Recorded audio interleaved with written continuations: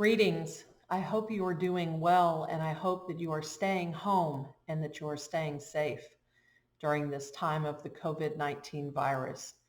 We are in an unfamiliar time, and this Holy Week, it's unfamiliar territory, arguably the holiest week in the church year, and we are not able to gather together as the people who make up the church. And I will tell you that I have many colleagues who are doing their darndest to try to put together familiar worship, broadcasting it by video or by live streaming from empty sanctuaries in order to provide their congregation with something that looks familiar to them, even when they're experiencing something that's very unfamiliar.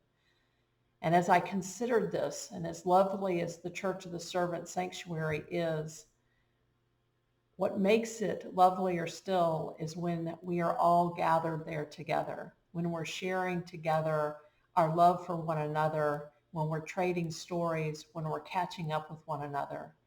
And so my concern was that if I were to try to create something where I was filming myself alone or with two or three other people in that sanctuary, that it still wouldn't ring true, that isn't what makes our sanctuary familiar.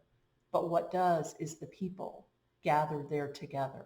That is what makes that place holy. That is the nature and purpose of our sanctuary. So after much prayer and discernment, I've decided during these next few days of Holy Week to take a different path, hearkening on those early days of Church of the Servant, where the liturgy itself wasn't the most important thing, but sharing the experience of God together was and continues to be. And so during this Holy Week, in these next few days, instead of putting together bulletins with snippets of the liturgy for Maundy, Thursday, and pieces of the liturgy for Good Friday, I decided to go a different route and instead create some experiences that you could have either by yourself or with your family in your home. And I hope that as we all share these together, that while we aren't in the same space, we can experience the same things and share that experience of God in these final days of Jesus' life as we remember them this Holy Week. And so I invite you to join in these holy experiences, the first of which will be tomorrow evening on Maundy, Thursday, when we remember the Last Supper, Jesus gathering together with his disciples, sharing their final meal together.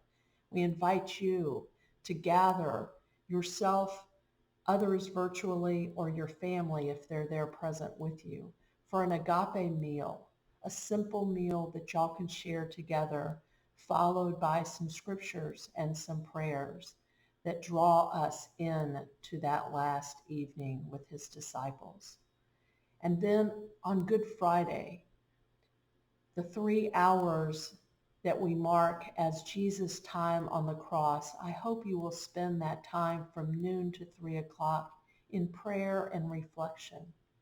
I'll provide you with some virtual stations of the cross that you might find useful. It will include the images of the stations of the cross that Walt Hutchins has made for the church, along with a couple of different options of meditations. And then the Easter Vigil, which we do at the beach on Sunday morning, I will invite you into an experience of sunrise, again, on your own or with your family, perhaps including a breakfast meal at the culmination of that time. And as our Easter celebration, we'll have a Holy Communion, not the kind you're used to with the bread and the wine, but the kind it's meant to be, a communion with one another. using the photos that y'all have sent me. And for those who haven't had a chance to do so yet, please continue to send in a picture of you and your family so that it can be included in this Easter gift to one another as we share the smiles and the laughter and the caring that we have for one another. Easter isn't canceled. Holy Week isn't canceled. It's just being transformed in this unfamiliar time so that we can all stay safe.